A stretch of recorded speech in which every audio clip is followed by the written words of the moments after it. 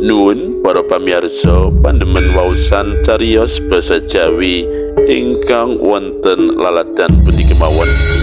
Pepanggihan malih dening kula Hadi Pamungkas ing cariyos basa Jawi. Purwakaning atur pambuka kula mugi panjenengan sedaya tansah pinayungan karahayon saking Gusti kang mrubeng dumadi. Ing kalodhangan menika kula badhe ngaturaken salah setunggaling cariyos cekak anggitanipun Ismu Riyanto kanthi ira-iraan Gento. Kados pundi lampahipun cariyos sumangga dipun pidhangetaken.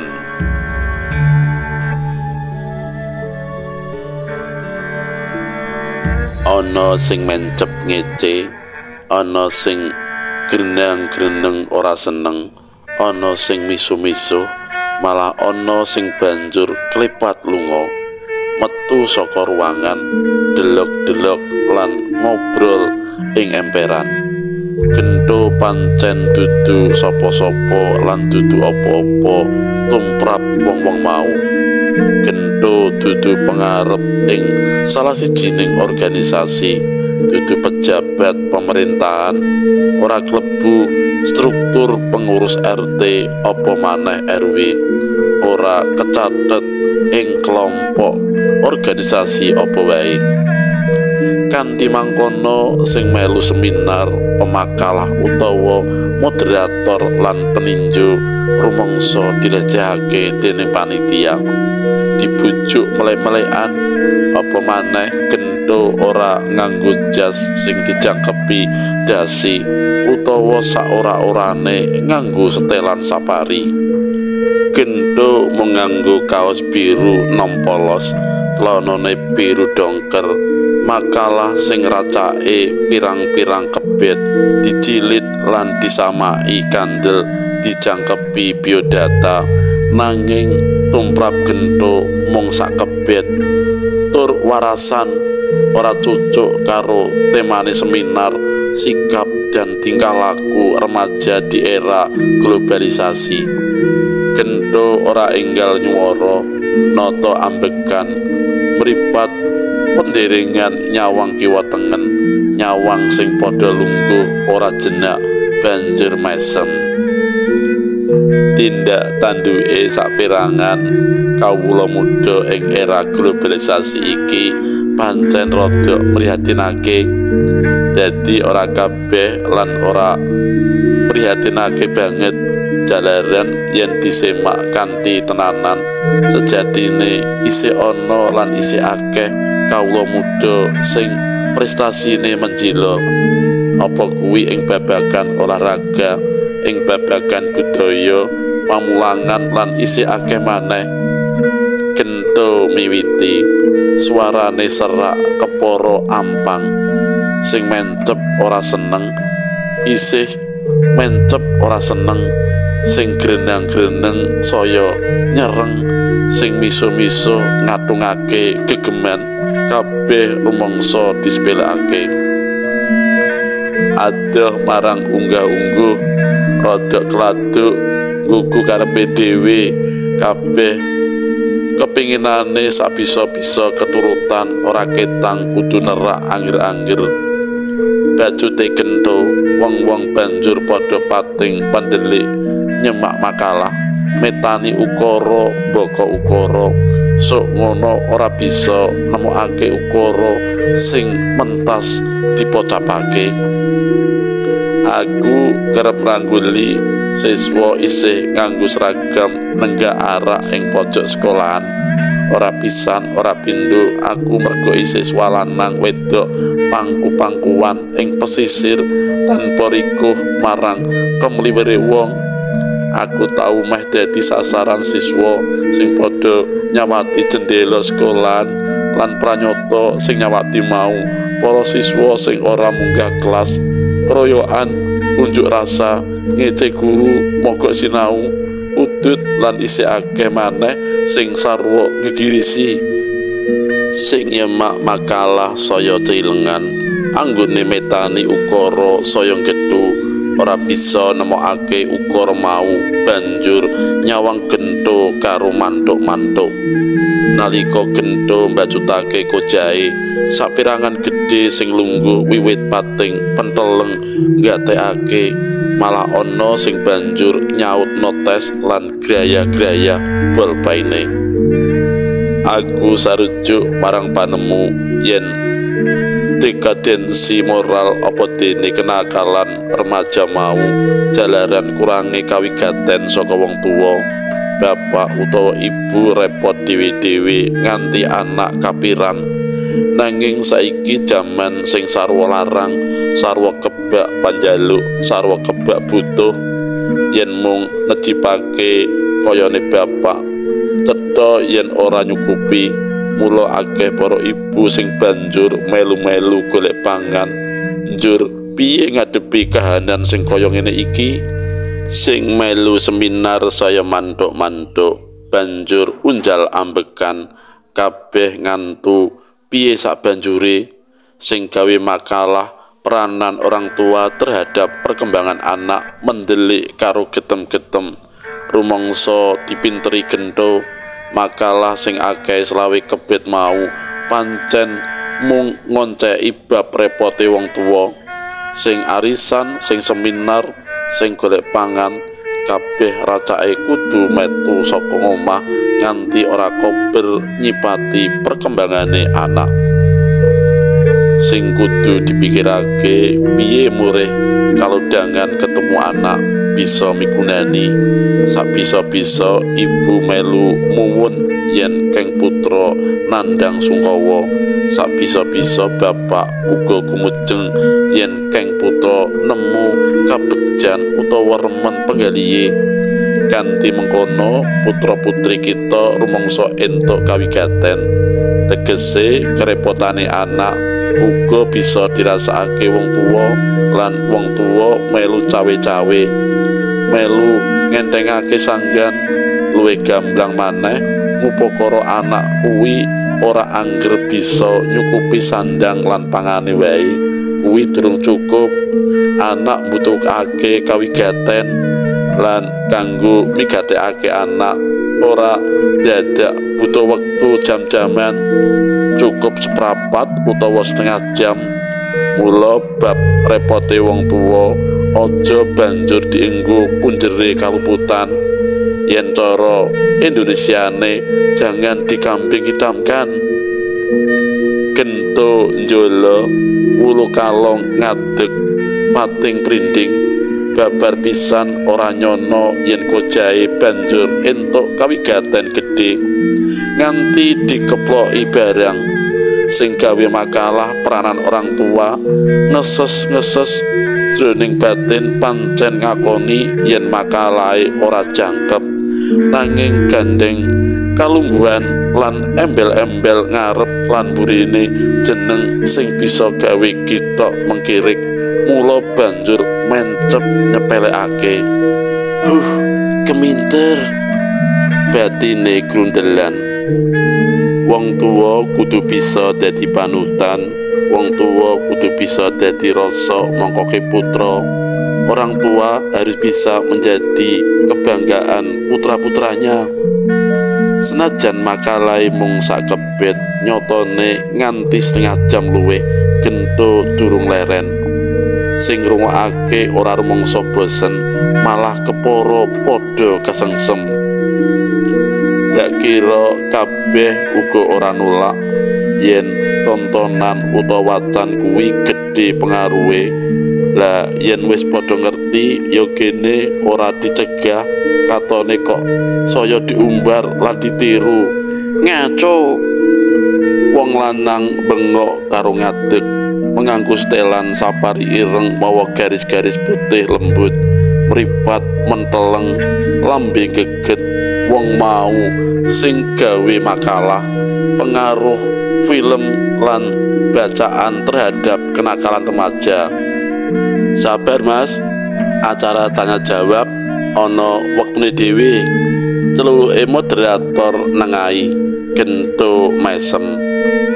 Bisa dak bacutake aloke Gento moderator mantuk. Yen ngrembug tontonan sing dijujuk mesti film, yen ngrembug film sing dituding mesti film monco, sing jare porno, uraan, murang toto, ora sakaras karo kabudayan bangsa Indonesia. Njur piye ngenani film garapane bangsa dhewe, anggone pamer pupu luwih wani, anggone mbukai kutang luwih kendel, yen rangkulan luwih neng semake. Dhisik blue film kuwi mung garapane wong monco lan pelakune uga wong monco, ning saiki wis ana sing garap bangsa dhewe dalah pelaku uga wonge dhewe. Au sing lungguh rodok tengah jerit pawongan wadon udakara umur 21 taun, praupane sing pucet ditutupi dramaan tangan. Pawongan mau katone kaget marang pocapane gento. Bab sadis, brutal lan ugal-ugalan, film garapane bangsa dhewe sajake uga ora gelem kari. Ana adegan wong diseret sepeda motor, ana sing diobong, ana sing disudet wetenge lan diedel-edel ususe. Apa ngono kuwi ora bisa diarani malah ditiru? Njur piye? Ana sing takon ora sronto. Sabar, tanya jawab isih mengko. Moderator ngelikake maneh.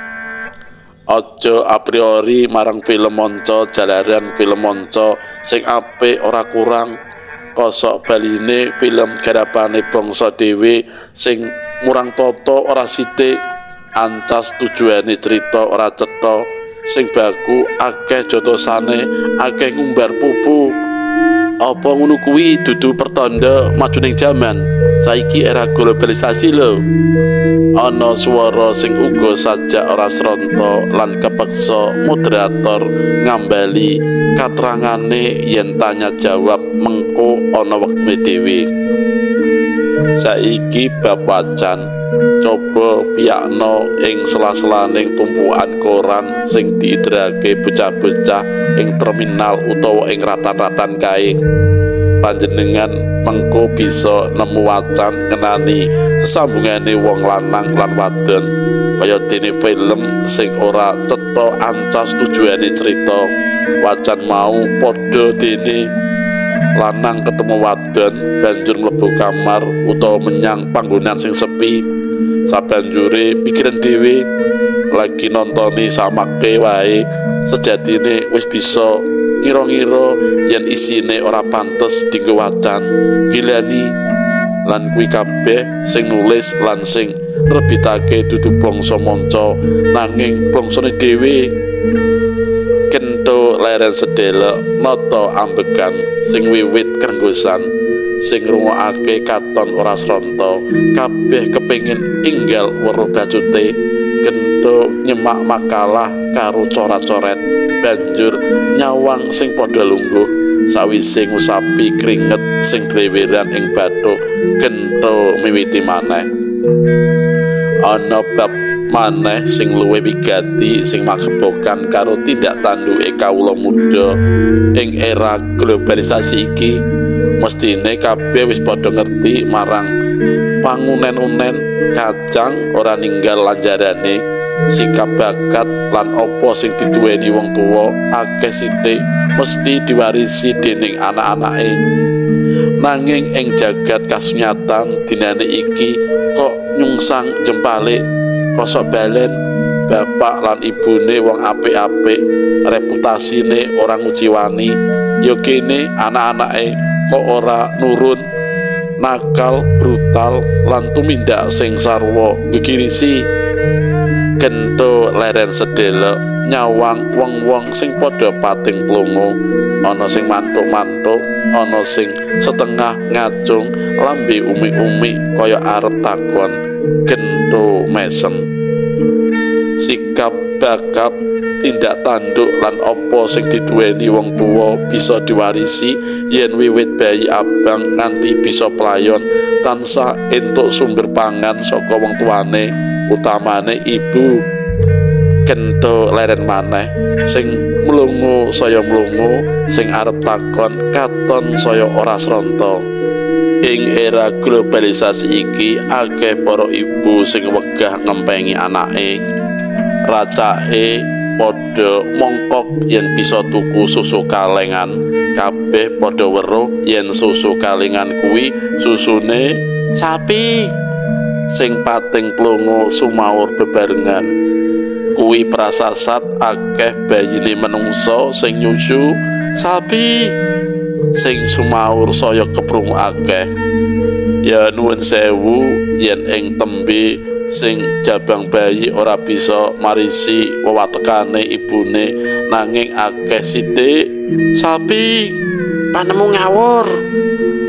Pawongan wadon bengok karo ngadeg kanggo celana jin abang boto, kaos tanpa lengen uga abang polos, rambute sing mung tekan gulu direnggani bandu kembang-kembang, kacamatane ireng model John Lennon, lengen kiwa tengen nganggo gelang plastik gedene sak rantai kapal. Anakku wis loro, wiwit bayi cengir tak kulinakno susu kalengan, bocah sehat-sehat, pinter, cukat. Syukur. Gento mangsuli ayem. Nanging sabar Bu, tanya jawab isi mengko. Moderator elek-elek sing dhelekake ora trimo. Seminar gombal. Teluluke karo melayu nglungani. Oh, kampungan. Salah sijining peserta alo-alo. Bisa dak bajutake pitakone Gento. Moderator mantuk sing melu seminar sumaur bebarengan. Banjur ana maneh yen dinane iki akeh kawula muda sing ora seneng marang duweke dhewe, yen kawula muda rada kelangan jati dirine, jalaran ora dikulinakake marang sing didarbeni mau. Coba pelem saka Probolinggo kuwi wiwit biyen wis kondang, ngopo dadak kroyo-royo golek pelem saka Yunani. Batu kuwi gudange apel kok luwih mongkok yen ngrasakake apel Itali. Endhog bebek kuwi sing apik saka Mojosari, nanging akeh sing banjur kedanan endhog saka Hongkong. Tempe weton Sanan Malang utawa Bungkal Ponorogo migunani tumprap kesehatan. Sejene rasane enak, gisine akeh. Apa kok gandrung tempe gawean Jepang, teh saka Kucialit Lumajang kuwi seger-seger, nanging ngopo ora rumangsa marem yen durung nglonggo teh gaweane Walanda. Yen pakulinan kaya ngene terus diumbar, aja kaget yen ing tembe ana pawongan Jawa, watekane Itali, glegere Sunda, tindak tanduke Taiwan. Tegese wong Indonesia nanging jiwane dudu jiwa Indonesia. Wis sing arep takok monggo, ning aja grudukan. Krungu pocapane Gento sing menehi kalodhangan akeh tangan pating kracung. Kagawa wektu sing wis mepet, sing takon diwatesi. Wuwuse moderator. Kejaba kuwi diponto dadi ping 3. Saben saponto bisa wong loro. Bacute pawongan rambut dawa ngadeg, tangan diatungake. Monggo bab si bayi kudu diempengi ibune, aku sarujuk. Ning yen mimi susu kalengan njur diarani ngempeng sapi lan marisi wewatekane sapi, dak kira mung digawe-gawe ora ilmiah. Pancen aku dudu ilmuwan, mula sing dak kandhakake ora bisa diarani ilmiah.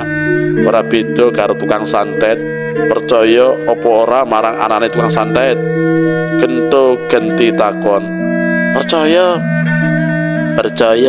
yen tukang santet kuwi bisa nglebokake dom menyang wetenging wong.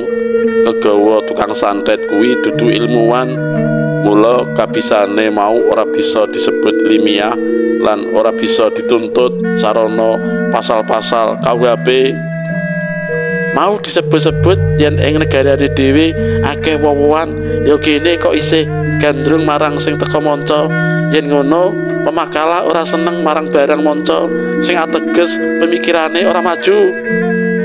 pawongan liya melu culuk gento mesem mripat nyawang sing takon tanpa kedep banjur mantuk mantep nyenengi barang saka manca kuwi ora ana sing larang nanging aja banget-banget aja angger ditawani mesti tuku ora ketang direwangi utang-utang kudu bisa milah-milahake jer ora angger saka manca kuwi mesti becik mesti migunani durung kepara bener ora angger bisa tuku barang manca banjur diarani maju utawa mendem sing diarani pikiran modern kuwi piye bisane ngusadani kaanan saiki bisa luwih becik tinimbang wingi lan kaanan sesuke bisa luwih sae becik.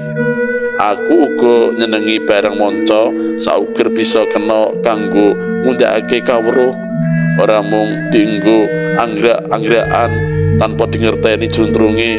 Marmas sing ditakoni mantuk diantu nganti 5 menit ora ana sing takon. Moderator nutup seminar. Cudel.